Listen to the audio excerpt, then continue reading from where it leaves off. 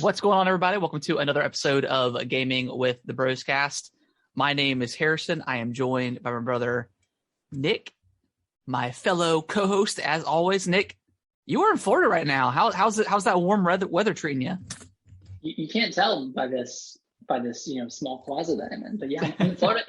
It's a little bit colder than I thought it was going to be. It's like 65, or it was 65 today, and I think tomorrow's going to get up to the 70s.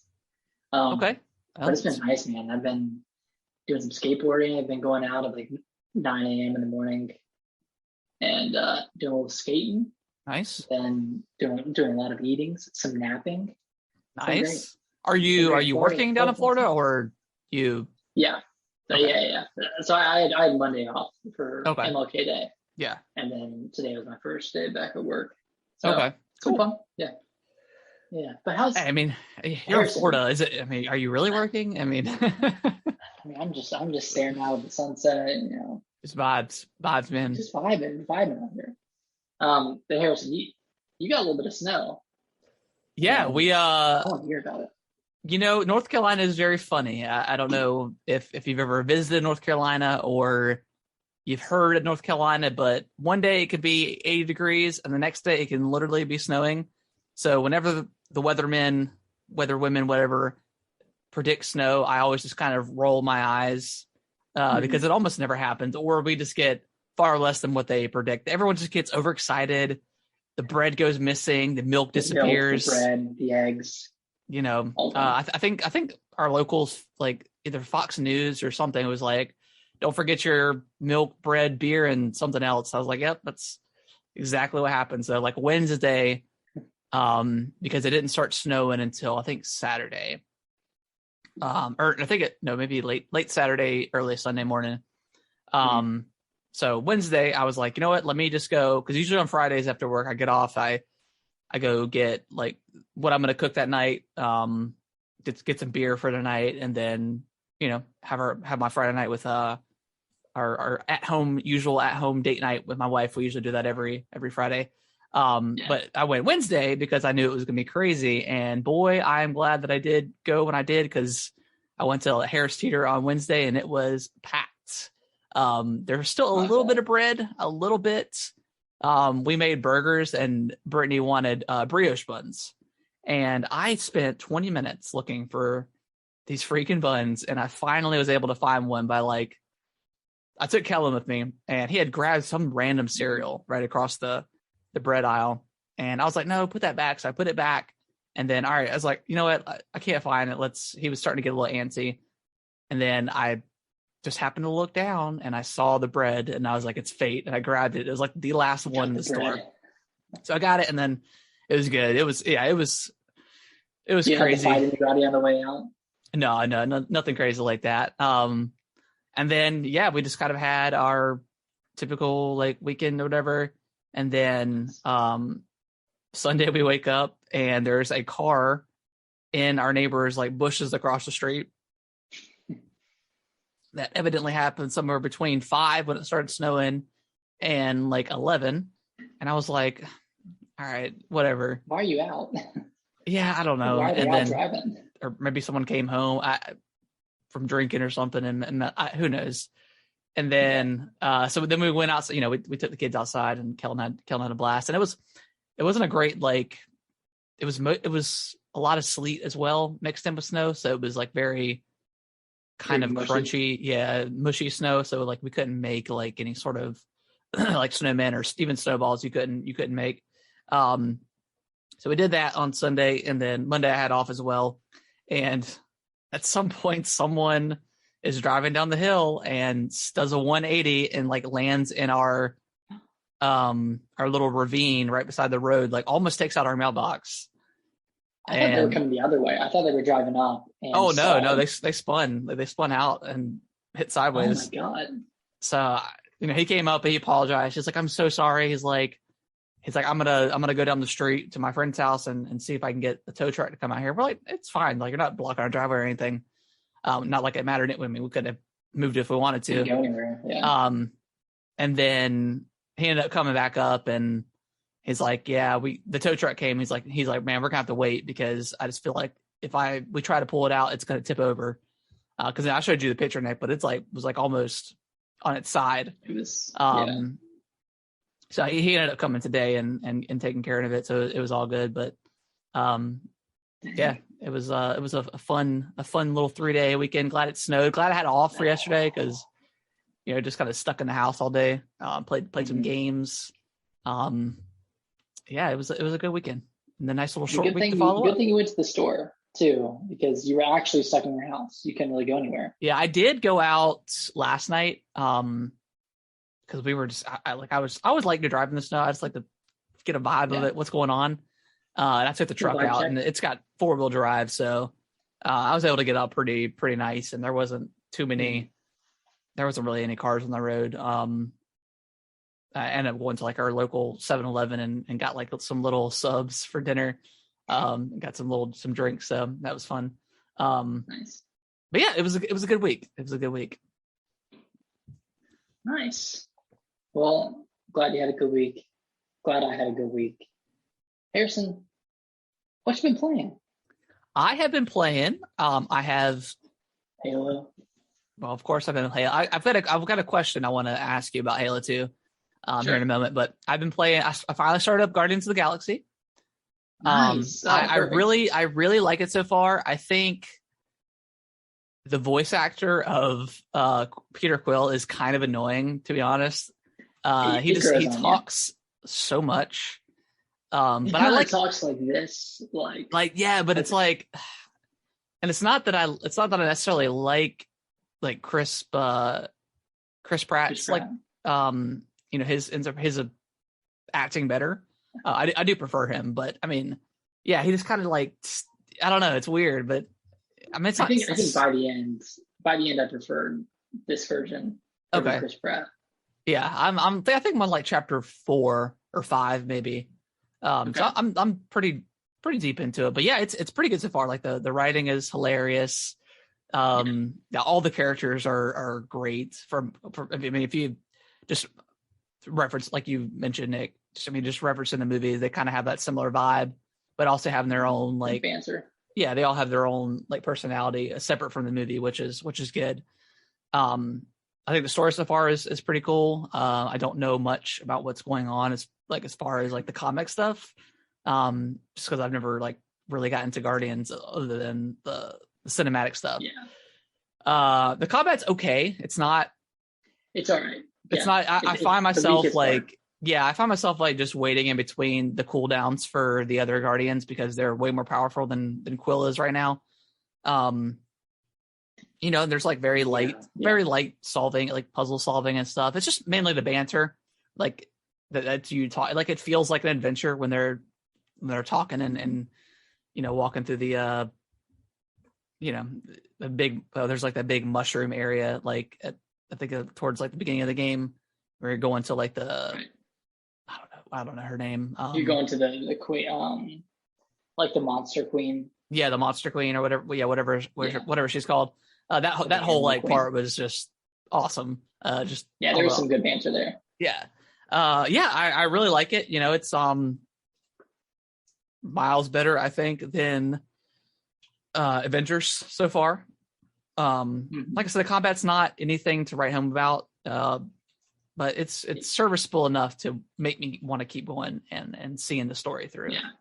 And it gets more complex, and of course everyone gets more abilities that you can kind of cycle between, and so it expands a little bit, but I still think that Peter's abilities are kind of redundant. They are, yeah.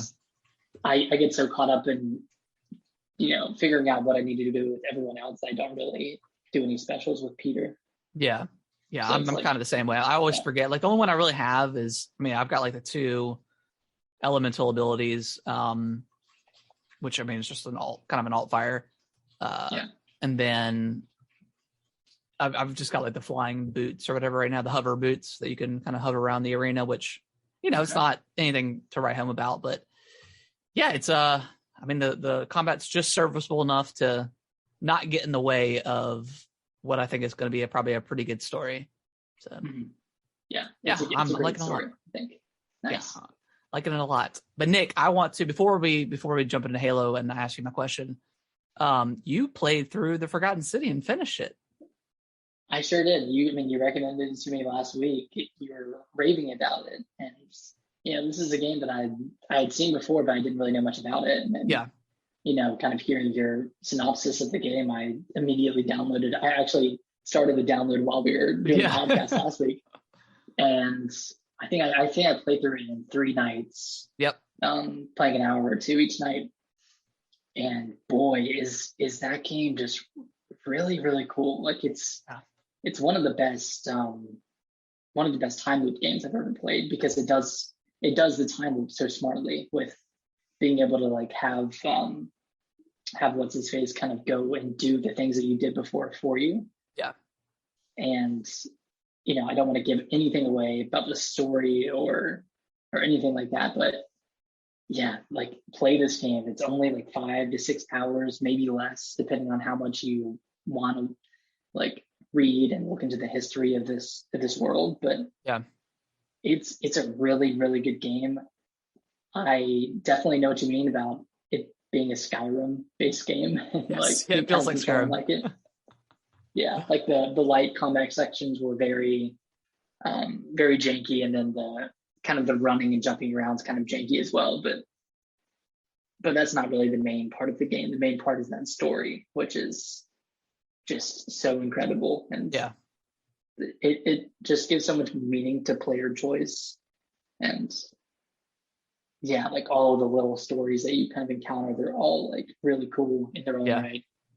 Yeah, every character like feels important in the grand scheme of things. So it's and it's like I was kind of overwhelmed at first, because I was like, oh my gosh, I have to meet so many of these people. And you can kind of do it at your own pace, and kind of a slow burn, but you'll go through and you'll have your first encounters with all of them, and then you'll find out more about them, and then each of them kind of have their own personalities, like you said. And yeah, it's just a freaking cool game. Yeah. I did have one genuine laugh out loud moment, and I'm not going to spoil anything, but Nick, you'll know exactly what I'm talking about. Right after the ramifications of letting the prisoner out of the cell. Okay, remember that? I didn't see what he did. Okay. All I know is that the voices came in. Yeah, he totally stole something. If you actually watch him, like he immediately just steals something. I wish I would have seen it, because that would have been so funny. Yeah, it's hilarious. It's hilarious. Because that same thing happened to me. I was like, what? Like, because the voice came down, and then I went back and did it again the exact same way, and I was like, man, this guy, like the guy was totally right about him. So yeah, funny. Yeah, that was funny. I didn't even need to look it up. I knew it was him. Oh yeah, like, it's probably this guy. Yeah, Forgotten City, great game. It's on Game Pass. I think it's like $30. Otherwise, it's on Switch. It has a cloud version on Switch as well. Oh, cool. And like, I feel like if any game's going to have a cloud version, this is kind of the game to have it, because it's not combat heavy. You don't need to be moving very quickly. Yeah.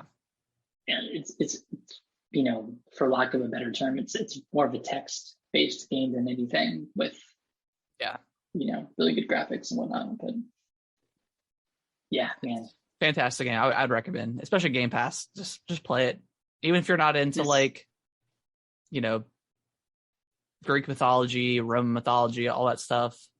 Skyrim based games. Just play like an hour of it. Give it like a shot. Maybe like 30 minutes to an hour. And if you're not hooked, then you're not hooked. But I think it's one of the best games that I played that came out last year. So it would have been in my top 10 for sure. Oh, for sure. Yeah, it absolutely would have been. So yeah, I think it's a great game. I did play a little bit of Brittany and I finally started up It Takes Two again. We played a little bit more of that. Played like another hour and a half of that. So we're kind of rolling through it. So where are you at right now? We are on, I think it's like the ice area of the game. So we're with you can kind of ice skate on a shoe, right? Yeah, and it's like we just got done with like the magnetic area where you use the magnet. That part was really cool. So I have no idea how far we've got. And You're getting pretty close. Yeah, so I feel like we're getting pretty close. So we'll probably finish up this week. Maybe a few hours left. Because those last, because you're going through like the chapters of the book, right? Yeah. Each of those are like an hour long. Okay. I think there's 4 or 5. Okay. So yeah, we're getting there for what it is. Yeah, it is. So we're getting through that some more. Nick, what is this Valkyria Chronicles? Yes, this is a game that I played a demo of it on the Switch about 2 years ago. And it's kind of like Fire Emblem, except you're kind of moving around in real time, and you have limited movements that you can go. It's not necessarily tile based like Fire Emblem is, but you can just only move to a certain degree. And it takes place during a war. I don't know which war, because I didn't go back and replay those first 2 hours. I just picked up right where I left off. Gosh. But it's kind of like a war tactics game where, I guess I can compare it to Fire Emblem where, there are these specific characters that all have interactions and all have their background stories and whatnot and interact together, and you kind of see those relationships build. I'm not too far into it, but it's pretty good. I bought it for like $15. It was on sale in the eShop. And I have not played Valkyria Chronicles 1, 2, or 3, so I don't know if they connect or not, but who knows? It's pretty fun. I think it's a long game, and I have a problem of buying long games and then not finishing them. So we will see if I finish this. Was this like your I'm on vacation kind of purchase kind of thing? It was. Okay. Yeah, it was my vacation preparation game. Nice. And then I also got back into SMT 5. Okay. I've been playing that a little bit more, and I know I have a long way to go in that game, but I'm trying to chip away, man. I'm trying to finish all these RPGs that I got into last year, but yeah, got some more. And then I still have Tokyo Mirage Sessions. Oh yeah, you did pick that up. Which is I know it's Fire Emblem, but I think it's a cross with SMT. Okay, interesting. It's another long game. Well, you got not a lot of time before Elden Ring comes out, so and get cracking. Yeah, and I'm getting more hyped for Pokemon by the minute. Don't do it. I know, but I'm going on the Reddit page and I'm like, why am I on the Reddit page for Pokemon? It does look cool though. I'm not gonna lie, that last trailer, that last trailer worked for me. It worked for me. It did. And then lastly, I just want to talk about real quick. It's more Halo Infinite. I've been, of course, grinding through that. I'm done with the battle pass. Level 100. Yeah, level 100 on the battle pass. And I guess quickly they did reduce prices by like half on the cosmetic stuff. So that's pretty awesome. So Nate, my question is, I was watching this one YouTuber, and I followed him for a while, but he posted something about Halo has like some massive problem, the whole clickbait kind of thing. And his biggest problem was, and granted, this guy has never played the campaigns of Halo. Like he played 2 and like Halo, like the crap out of like Halo 2 and 3. So just strictly multiplayer. His biggest problem is like the lack of content, like new maps, new modes, new guns. I think that, and maybe this is just like an old school Halo player or just an old school gamer in general, that I think people expect stuff to come out too quickly nowadays. And granted, yes, do I want more maps? Do I want more modes? Of course I do. And obviously, yeah. Obviously, right? I mean, they just had a new mode today come out called Attrition. And that's pretty cool. I'll talk about that in a second. But I just feel like, and he was like, this game's going to be dead in 2 months if they don't do something. And I feel like people expect so much so quickly out of these games. And I don't see like, I don't know where they get that mentality from, because I mean, you look at like Warzone, it's the same map, right? Until they come out with a new season. So you're waiting 3 or 4 months before they update the map or whatever the case is. So I don't know where this mentality, where it comes from. but I don't know. And that's my question to you, Nick. Do you feel like this game is lacking content right now? I mean, obviously we want more modes. We want the ability or the option to choose oddball or choose strong, whatever you want. Obviously we want big team battle back and have that fixed properly. But I don't think this thing necessarily lacks content. And also it's totally free to play. So it's not like you're not losing. You're not paying $60 for Splatoon and then have to wait 6 months for them to add maps and this and that. Yeah. So I don't know. I'm kind of curious on what your thoughts are. Well, I think games like Overwatch, where they're adding a character every month or so and adding in a new map or whatnot, that kind of set up an expectation. And then, I mean, even games like, and this is probably pretty niche overall, but games like Splatoon, where they had, almost constant content drops, where they had new weapons, new variants of weapons, and then eventually adding in new maps and, having the spot fest and everything. So people, you kind of pair that with a game like Fortnite or a game like Warzone, where they're adding in new weapons, not necessarily new maps that often, but they're just adding new stuff to try out. Like maybe they're adding like a, revolver variant or a assault rifle variant. So people kind of have that expectation from those games, but Halo never really did that. Like it never really added in new weapons. And I don't think any Halo game has ever added a new weapon after launch, right? I don't think so. I mean, maybe Halo 5, but you played more than I did, so I don't think they did. I mean, I think when ODST maybe or came to Halo, they MCC. added the SMG that you have in that game, like the silenced SMG. Yeah. I think maybe that, because that wasn't ever in multiplayer before. But I mean, you got to think way back, and granted, this is, back in 2005, 2006, whatever. They dropped like we were in Florida at the time, and they dropped like the map pack or whatever for Halo 2. Mm-hmm. With like four or five maps. And we woke up like that day and went and got it or whatever. It was like $30.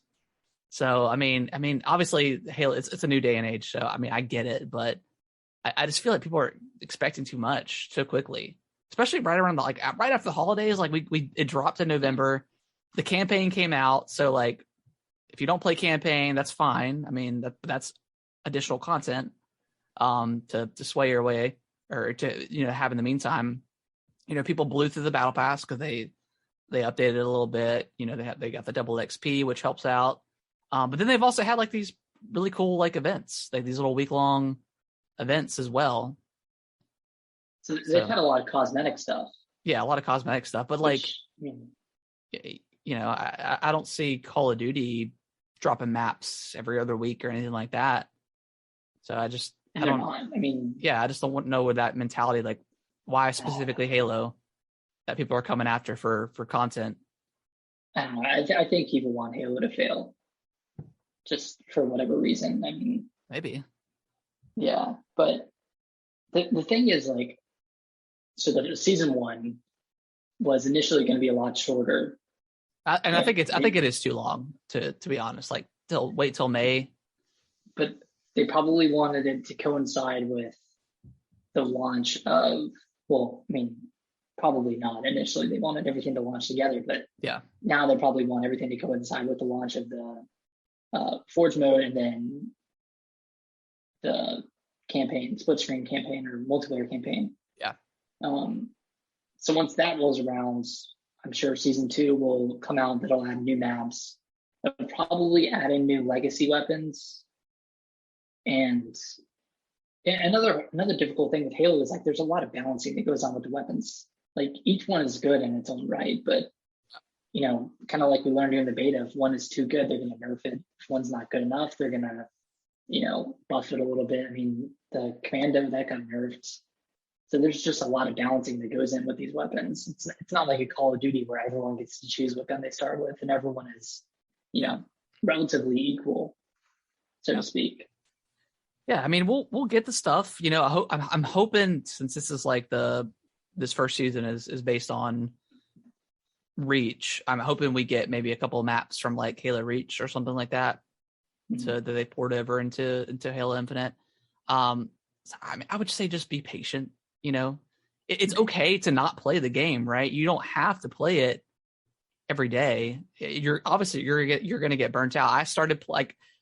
I was playing every day, and then I'll start on Tuesday because that's when they reset the weekly challenges. I'll do my weekly challenges. Usually it takes me a couple of days, and then by the weekend, I'm usually playing something different because I've exhausted everything that I can. Now I can play ranked or whatever, but until they give us an option to not have crossplay, I'll stay out of ranked because it's sweaty in there. Yeah, that's fair. So yeah, I just want to hear your thoughts on just the content in general in Halo. If it's, I mean, I think the map. I think we could use one or two more 8-player maps. Yeah, and then maybe one more big team battle. But I more so want to play big team battle right now. Exactly. So it's. I do want to talk about. So they just dropped the Cyber Shadow event today.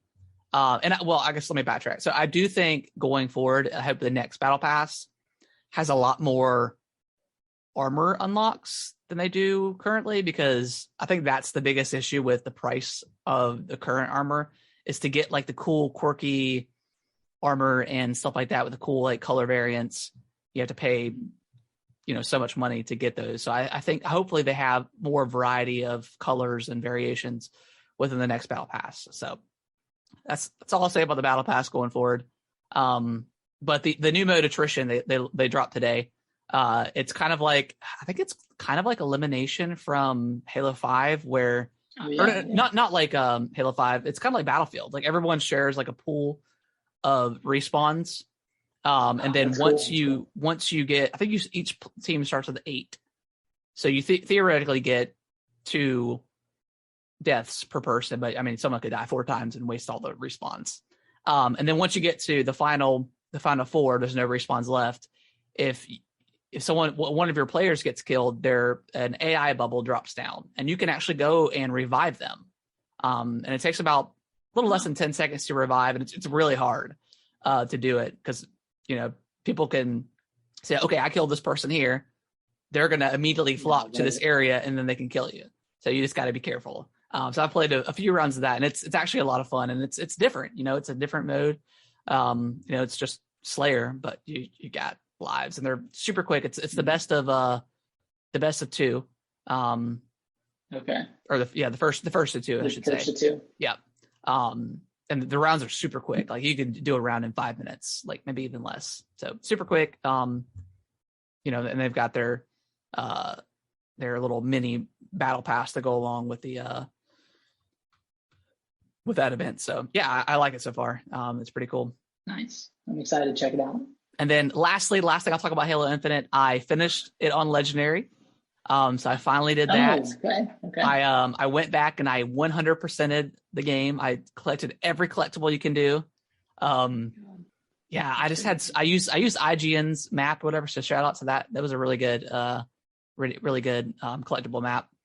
I used that. What? No, sorry. Go ahead. Good. No, I used that. I just do on a podcast, and just man, it's so much fun just going around that open world. So yeah, man. Using that grappling hook. Yeah, it's fun. And I did start Legendary with all skulls on, and yeah, is it fun? It's not the first encounter where you fight like the 3 grunts before you go into the main like little area. I died like 10 times because it takes away it completely takes away your HUD. It completely takes away your gun, so you don't know what gun you're using. The only way to recharge your shields is to melee an enemy. So it's ridiculous. I don't know if I'm gonna do that or not. Is there an achievement locked behind There is an achievement. So maybe like you and I can do it that way. I don't know if we could do it on co-op if it would be any easier. But yeah. I wonder if, like, I guess previous Halo games, if you died in co-op, then you just respawn back at the checkpoint. I wonder if you can revive. Yeah, I think as long as, well, I thought if you died, as long as your teammate was safe and like not in combat, maybe they could respawn. Not quite sure. Maybe that's how it was. And then if you died in the game, you died for real. Died in the game, died for real. All right, so yeah, that's I know it's a lot of Halo Infinite talk when it's been out for a couple months now, but I'm still just loving it, man. I'm loving it. It's a great game, man. It's a great game. It's great. So yeah, Nick, let's move on to, I guess let's talk about the other stuff first, and then we'll dive into the big news of the century. All right, yeah, let's go with the other stuff. So this is kind of a big brain move on Microsoft's part, but they discontinued production of the Xbox One and Xbox One S and One S in 2020, meaning the only thing that was coming up on store shelves in 2021 was the Series S and the Series X. So they were only selling next generation consoles, while PS5 or PlayStation, they couldn't get enough chips to make enough PS5s, so they're still producing the PS4. Yeah, they decided to make more because consoles. They believe in generations. They believe in generations. I think it's very smart on Microsoft and Xbox part. I also think that it's a lot easier to know what the next generation console is from PlayStation 4 to 5 versus the Xbox One S, the Xbox One X. Like, that's a little bit of confusing on like their branding part. So I think just axing those consoles. And let's face it, like, you know, as much as I love my Xbox One, that thing was kind of doomed from the start of the generation. So I think they wanted to just cut ties with that and just go on to a much better console. So, and it's smart because they have two SKUs. One of them uses a different chipset. Yeah. So, you know, if they can't get enough chips to produce the Series X, which they've been having trouble with, they can still produce the Series S, which is that's a viable console. Like it's for one, a great value for your money, and it's almost just as good as the Series X. And those are still on store shelves. I've seen those in a lot of stores. I mean, they're available, which is good because I haven't seen a single PS5 anywhere. Yeah, I've never seen a PS5 and I've never seen a Series X, and I don't think I've ever seen an S either. But I also haven't been looking. Yeah. So that's good, smart. Good on Xbox's part because they're feeding people into their next generation of consoles, while PlayStation is still having to sell PS4s when people if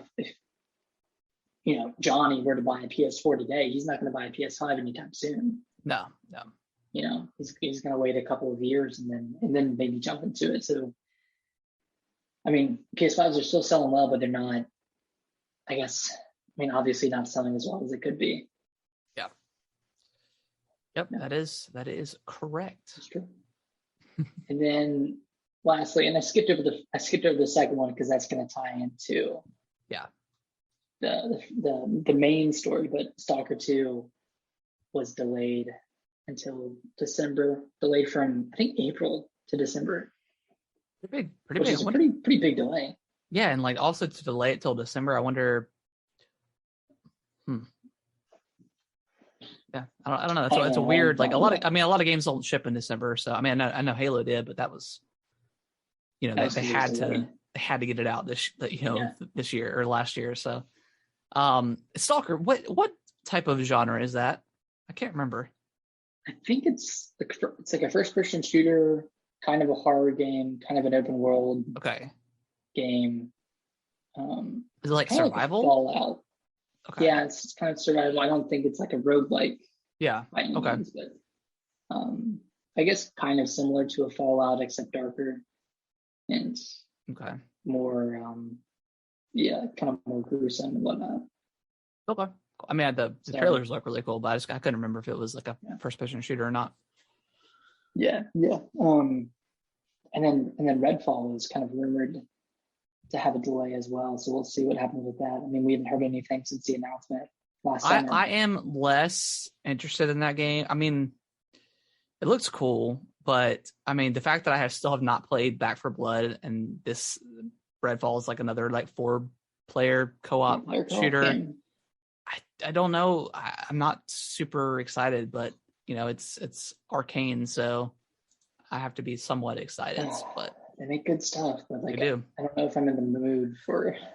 Yeah, I a 4-player co-op game. Yeah, I don't know if I love. I love co-op, but it's hard to get people together. So it's a lot of coordination.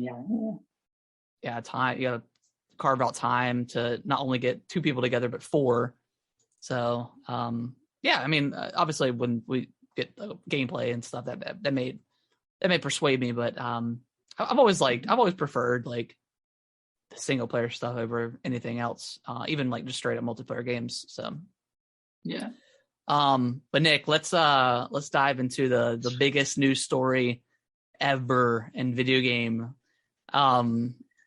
So yeah, just at like 5:30 a.m. this morning, they was it Xbox or Phil Spencer? I think it was Xbox. Twitter. It was Xbox. Dropped the news that said welcome Bethesda welcome Activision Blizzard to Microsoft. So they're being, it hasn't finalized yet. They're being acquired. There isn't, I don't know if there's been like necessarily a date on when this is supposed to finalize. I think 12 to 15 months. Okay. So it's gonna be a long time. Yeah. So a $68 billion, almost $70 billion deal, which, I mean, we kind of lost our minds over the $7 billion the ZeniMax acquisition, but this just, I was honestly like shocked because you think that Activision, EA, those companies are kind of untouchable, unattainable, but now I'm like, maybe they're going to purchase EA straight up, or who knows? Like Microsoft just got endless money. Yeah, it's insane. It really is. I saw it and like I think I was like in the middle of standing up to get out of bed, and I just sat back down and I just read it over and over again. I was like, am I dreaming? What the hell is happening? That's like, 70 billion. Yeah, that's an insane, but it's obviously probably worth it. I mean, just some of the biggest franchises in the world, just in Call of Duty alone. I wish I was more excited for this, and I'm sure in the next year or so I would be, but just with all the negativity going on with the lawsuits and stuff like that, it's hard to get excited for this. Yeah, and that's unfortunate. And it makes you think, because Xbox made it aware that, obviously the CEO Bobby Kotick of Activision is going to maintain his role. I'm pretty sure whenever that finalizes, he's going to be getting the boot. There is no way, and obviously they can't say anything legally, so they're not going to say who's being fired. But you don't purchase a company that is in an ongoing lawsuit. You don't know if Microsoft is going to have to pick up, this lawsuit and have to make payments or anything like that. You don't know if this is going to be finished before the acquisition happens and it's finalized. We don't know anything about that. But as a Activision Blizzard employee, you got to pray that Microsoft will do it right and cut ties with these just disgusting human beings and get rid of them. Yeah, you kind of hope that Microsoft's going to be the good guy. Yeah, to come in and kind of save the day, save Activision, save Blizzard. I mean, that's kind of what we're all hoping for, and I guess that's what makes people excited about this acquisition. But at the same time, everyone has the right to be a little bit suspicious and like kind of keeping all the accusations and all that stuff aside. Like, what does this do for the industry as a whole? Like, Xbox is becoming huge. I mean, we thought Bethesda was unprecedented. Yeah. We were wondering, what is PlayStation going to do? Like, they're not going to have Fallout. They're not going to have Skyrim or Elder Scrolls. They're not going to have Starfield. Now they're not going to have Call of Duty. Yeah, Diablo or Overwatch. Yeah, I think. Yeah, it's insane to think about, because people have been kind of breaking down Phil Spencer's kind of like message or whatever, and he mentioned that, you know, ongoing support is going to be for these games that are on the other platforms. Pretty sure that means, yeah, if Call of Duty's on PlayStation already, yeah, that's going to maintain support. Like Warzone absolutely is going to stay. They're not going to swipe that away. But anything going forward, you better believe that that's going to be a first party exclusive, which is, I mean, so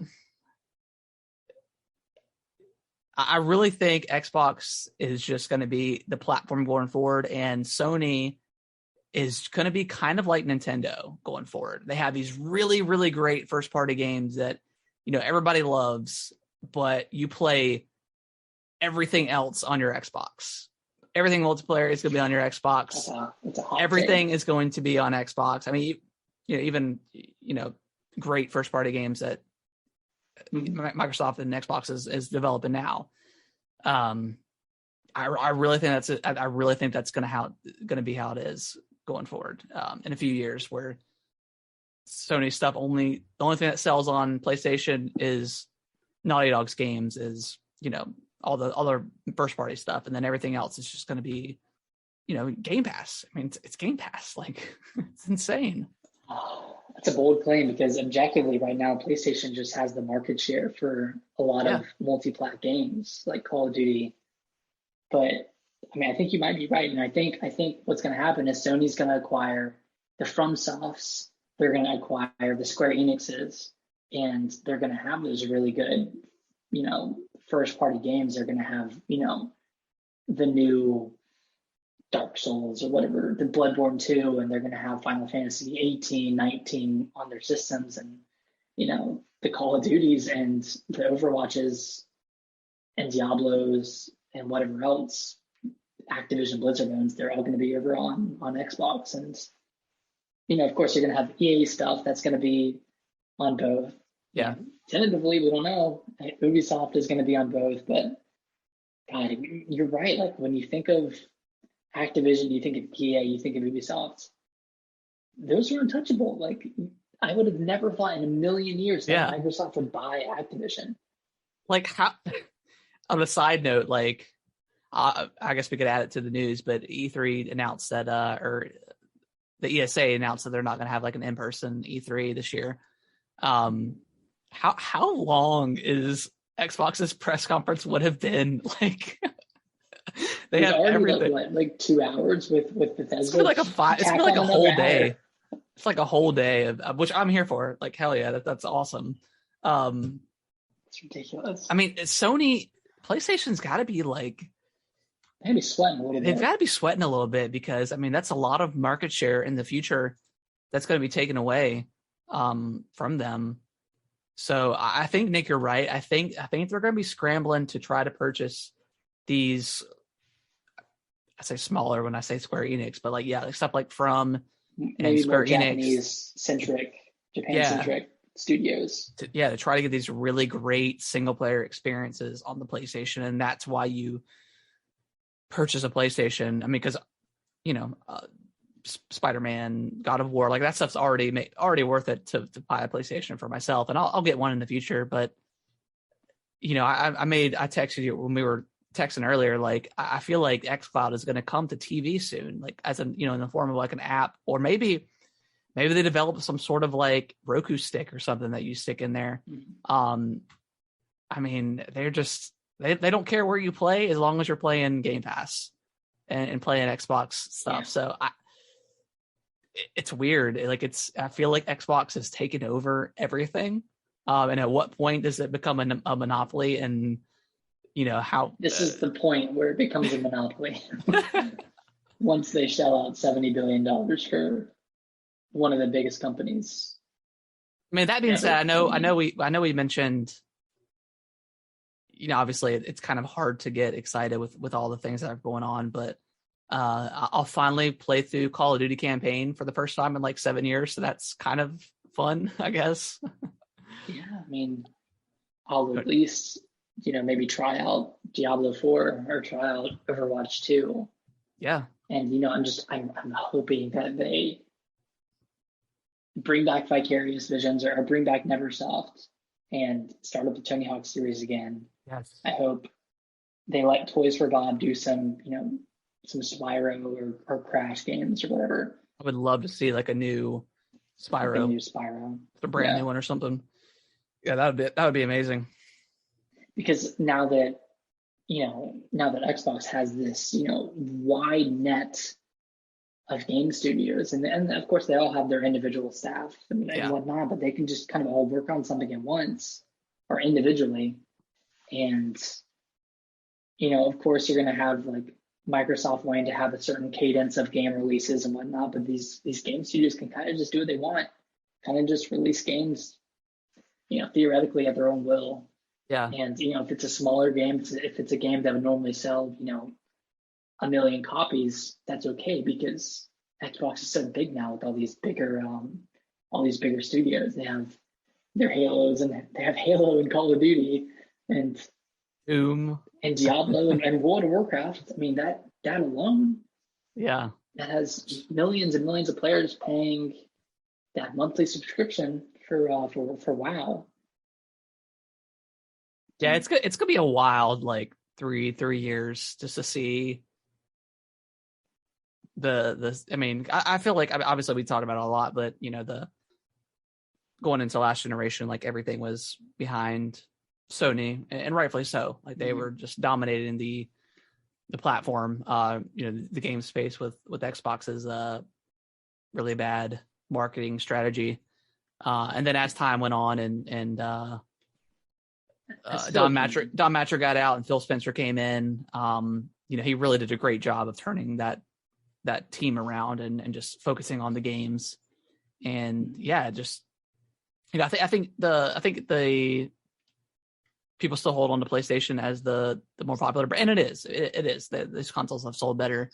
But yeah, it's gonna be really interesting to see how that changes, if it does, in the next few years. But how could you not? How could I not? Like, Game Pass is.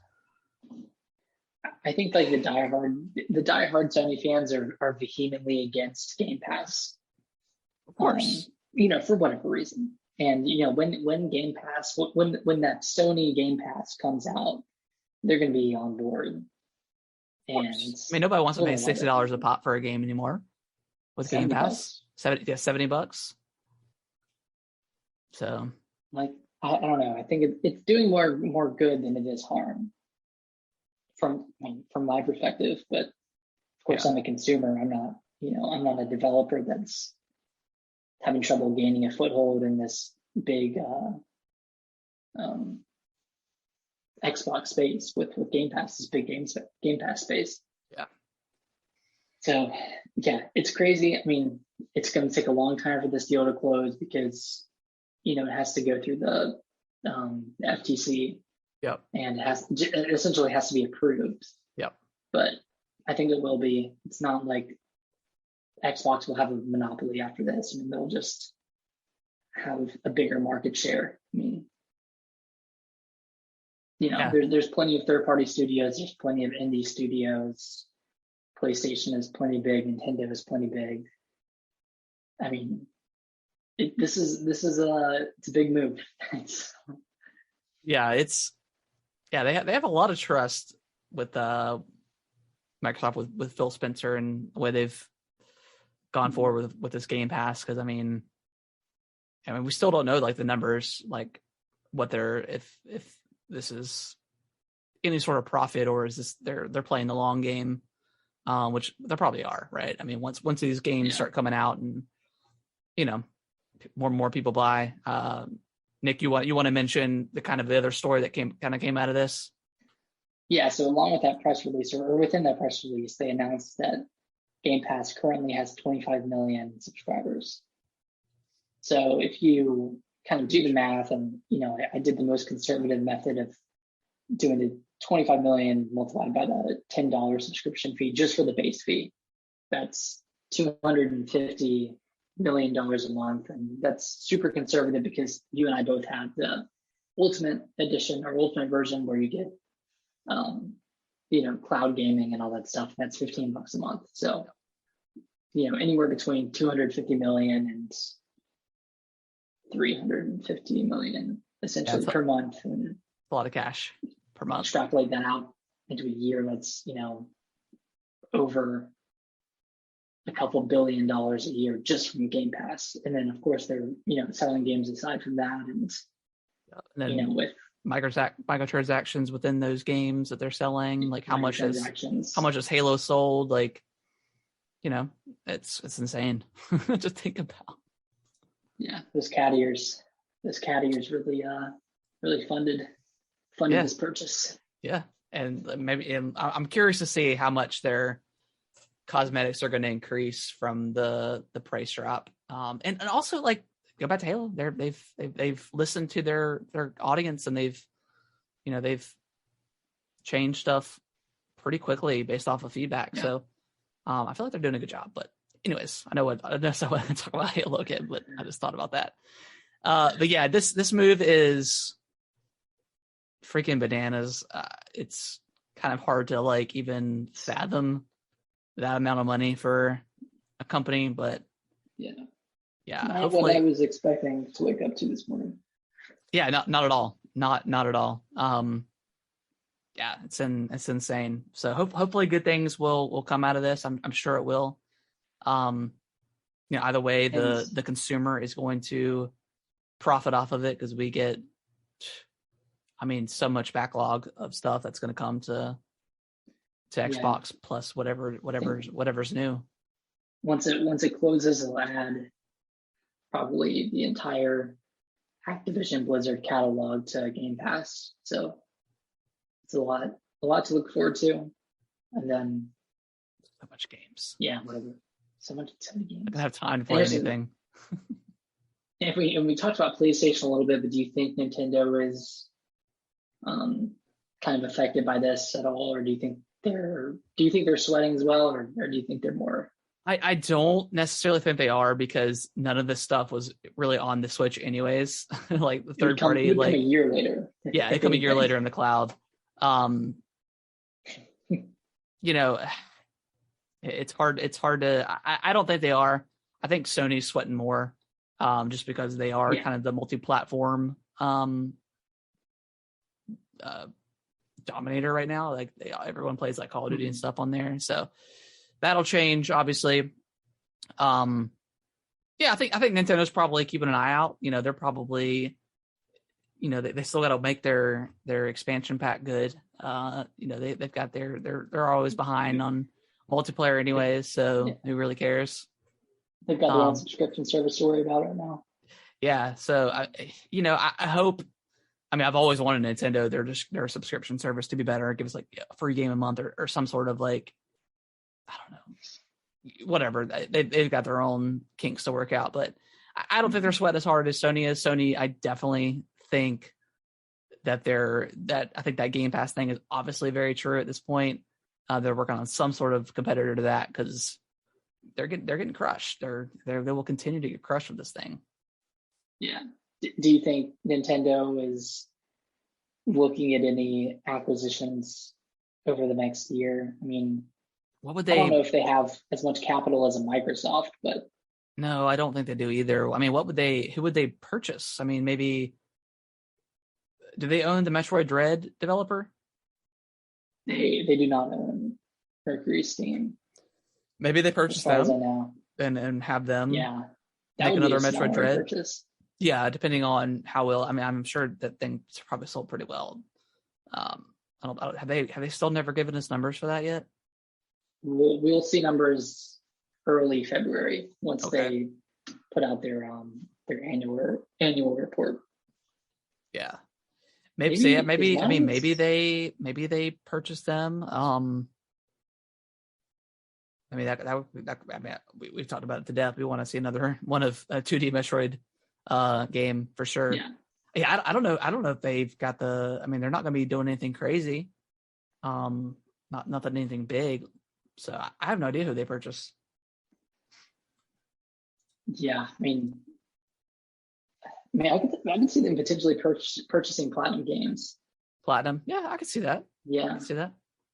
Maybe Platinum. Maybe something like Capcom. I don't know if they could purchase Capcom. Well, I mean, you don't think they would? So I guess my question to you, so the big developers that are left, Capcom, Ubisoft, EA, Square, Take-Two, which Rockstar, yes. Who God knows how expensive they would be to acquire. Who do you think, if you had to guess, who do you think's next to be gobbled up into the Microsoft family? Oh, for Microsoft? Yeah. Well, I don't think Sony. I don't think Sony has the funds to. Maybe they get Capcom or Square or something. I don't think they have the funds for an EA or even a Ubisoft.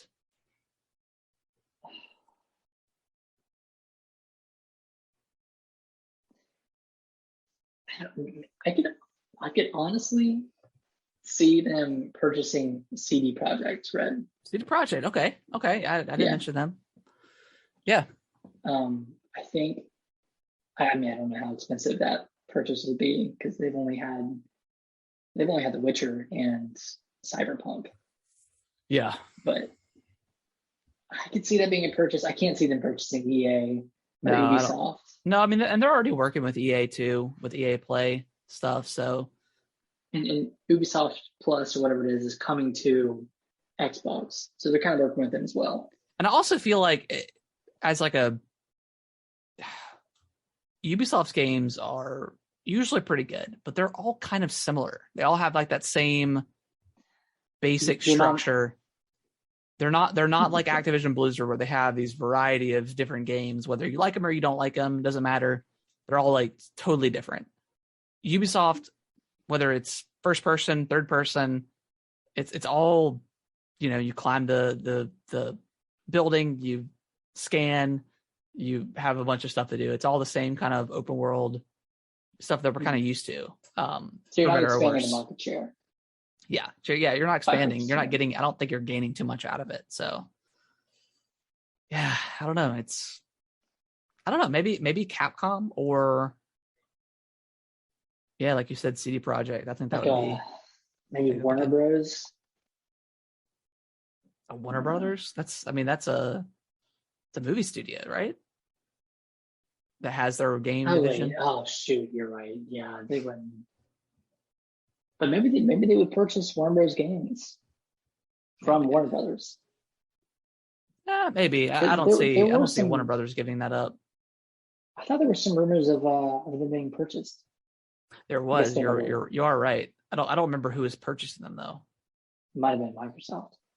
Maybe that's. I do remember that. Yep, you're right. It might have been EA or Microsoft. I can't remember.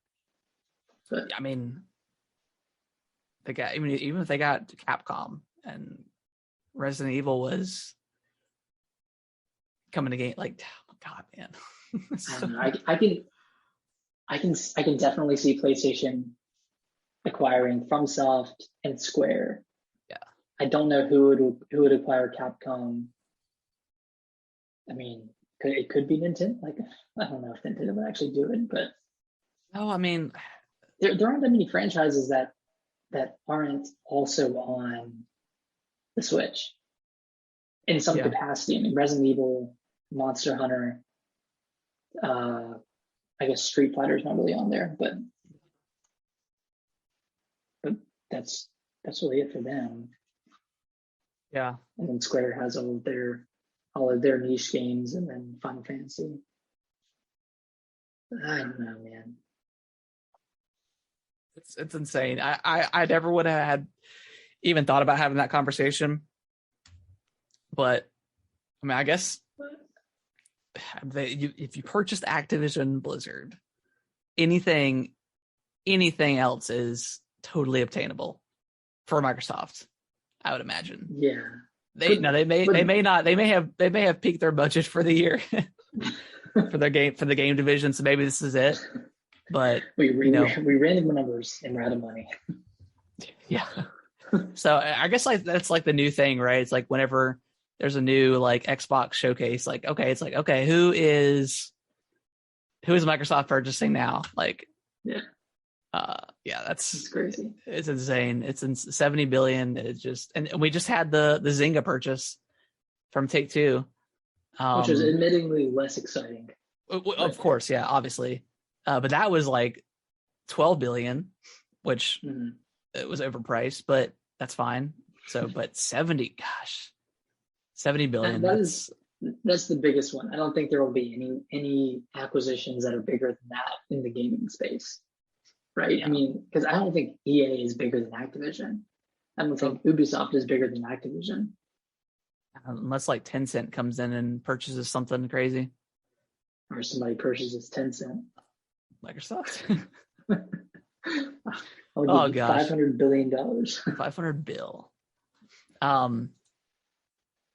Yeah, I think we've got a lot to look forward to with that alone going into the future.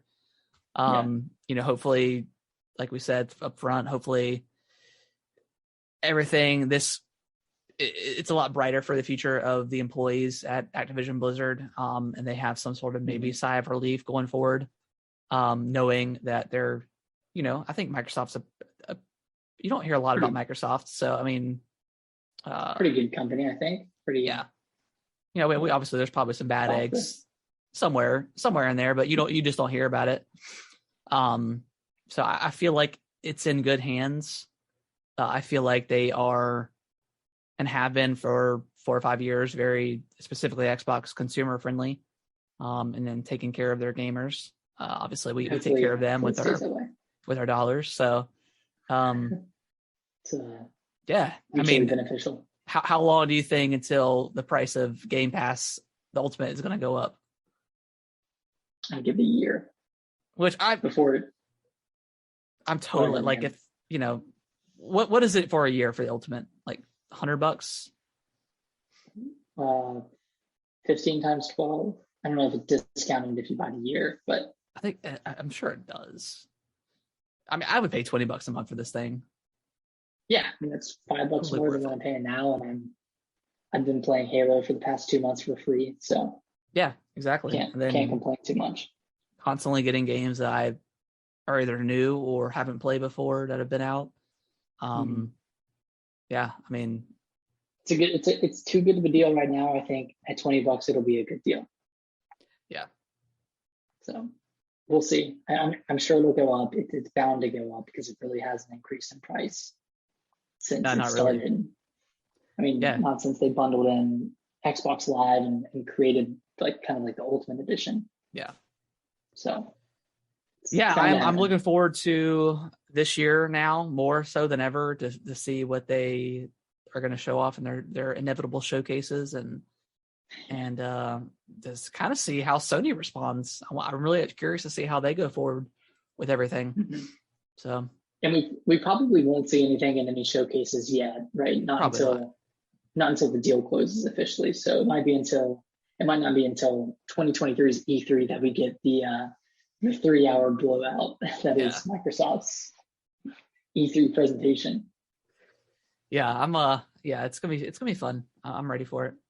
It's gonna be a fun few years. I mean, there's a lot going on. But that is going to wrap up this show. Wrap up the news, and then it's also going to wrap up the show.